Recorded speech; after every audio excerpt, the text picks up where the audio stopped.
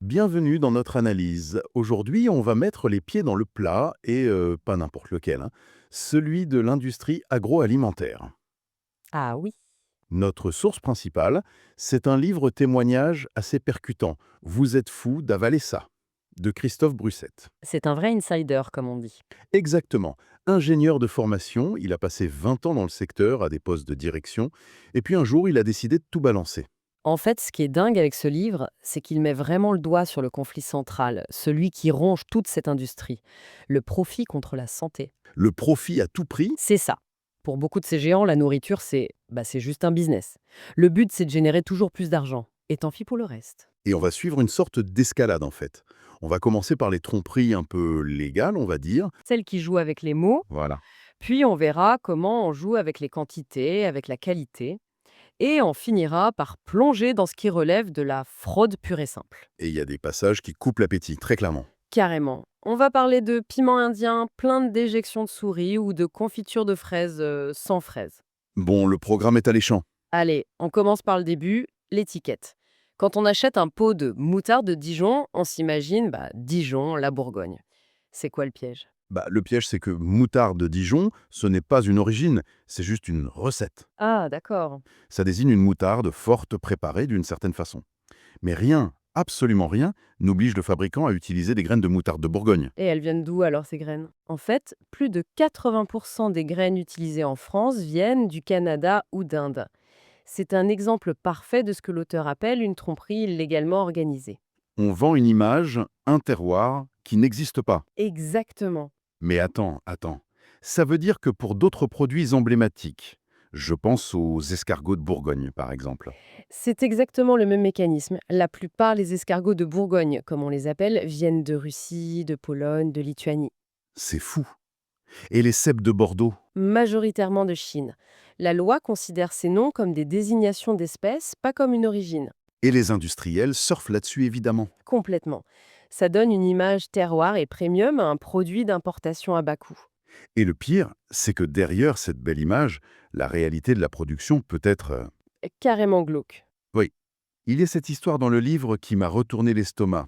Sa visite dans une usine d'escargots en Turquie. Ah oui, je me souviens très bien. Il décrit des montagnes de coquilles vides, un jus noir et puant qui coule partout, des asticots. C'est l'envers du décor. Le fossé total entre le marketing, la belle boîte et la réalité industrielle. Et le clou du spectacle, c'est le bain final des coquilles dans de la soude caustique pour les nettoyer avant de les regarnir. Mhm.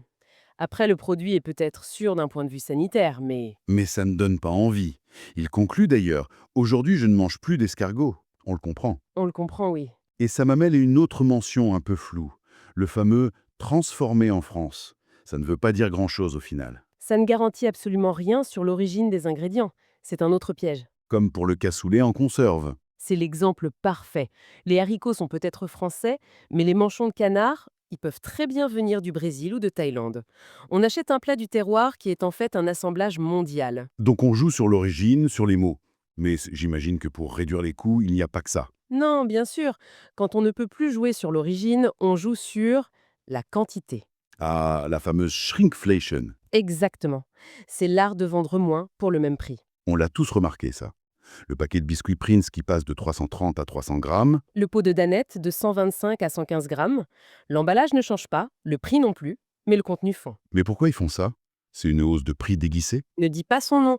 En fait, c'est souvent une réponse à la pression de la grande distribution qui refuse les augmentations de tarifs. Ah, d'accord. Du coup, pour préserver ses marges, l'industriel a deux leviers. Soit il baisse la quantité, soit il baisse la qualité. La shrinkflation, c'est presque le moins pire des deux. Et ce qui est fou, c'est qu'il raconte avoir été forcé de le faire lui-même. Oui, l'histoire des dosettes de moutarde. C'est ça? Pour une grande chaîne de fast-food, un concurrent belge arrive, 8% moins cher. Impossible de baisser la qualité, elle était déjà au plus bas. Alors la solution, C'est de réduire la quantité.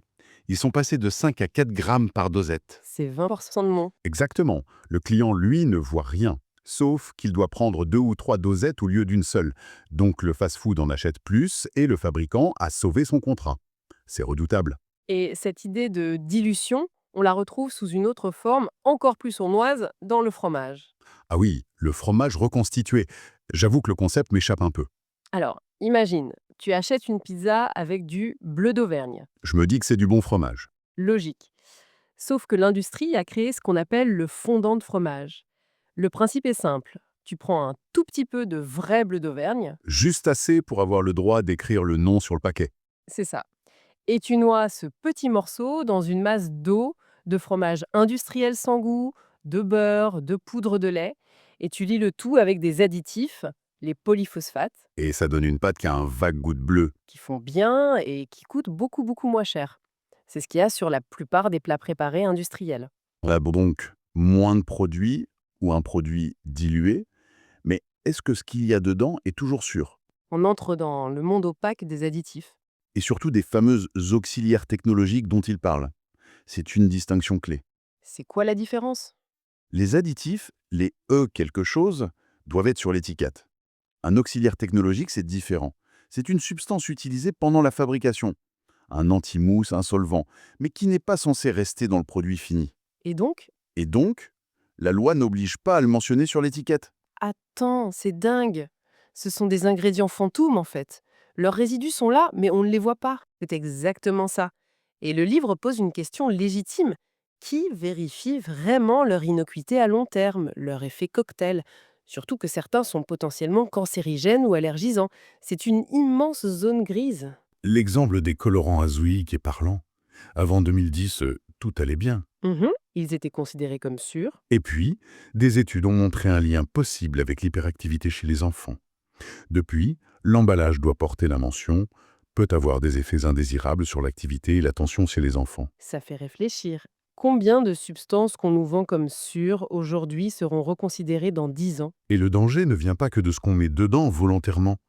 Il y a aussi ce qui vient de l'emballage. Oui, la contamination. L'histoire des lentilles est édifiante. Ah oui, ça m'a glacé le sang. Une grande enseigne y retourne des palettes de lentilles, motif contaminées par des huiles minérales, des hydrocarbures cancérigènes. Et ça venait d'où? Du carton d'emballage, du carton recyclé fabriqué avec de vieux journaux. Les encres d'imprimerie contiennent ces huiles qui migrent vers l'aliment. Mais la solution est simple, non? Utiliser du carton vierge. Ce serait la logique. Sauf que ça coûte plus cher. Il a proposé ça à ses clients de la grande distribution. Et la réponse a été non. Réponse unanime, hors de question de payer plus. Donc la pratique continue.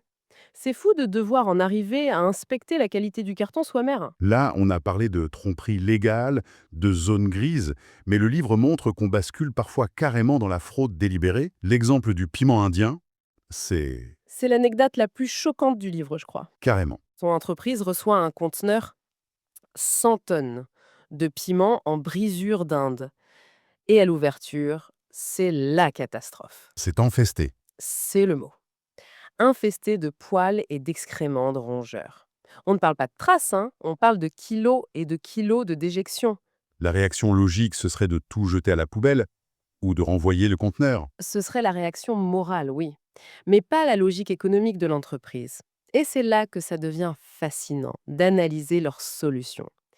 C'est un cas d'école. Alors, c'est quoi la première étape? Première étape, la sémantique. Les crottes de rats deviennent de la matière étrangère. C'est un terme technique, neutre. Ah oui, tout de suite, ça passe mieux dans un tableur Excel. Exactement. Deuxième étape, le traitement. On passe le lot dans un système de traitement thermique pour tuer les bactéries. Et après? Et après, c'est le coup de génie, si on peut dire. On broie le tout très, très, très finement Pour pour atomiser les déjections, les rendre invisibles à l'œil nu et indétectables au goût. C'est terrifiant. La solution n'est pas d'enlever la saleté, mais de la cacher. De la rendre statistiquement acceptable. Car c'est la troisième et dernière étape, le camouflage statistique. Le produit broyé est toujours trop riche en matière étrangère. Qu'à cela ne tienne, on le dilue avec un lot de piment propre. On le mélange. On le mélange jusqu'à ce que le taux global du nouveau lot passe juste en dessous des fameuses tolérances légales. Et le laboratoire, du coup, il dit quoi? Le papier du labo dit conforme, et c'est tout ce qui compte.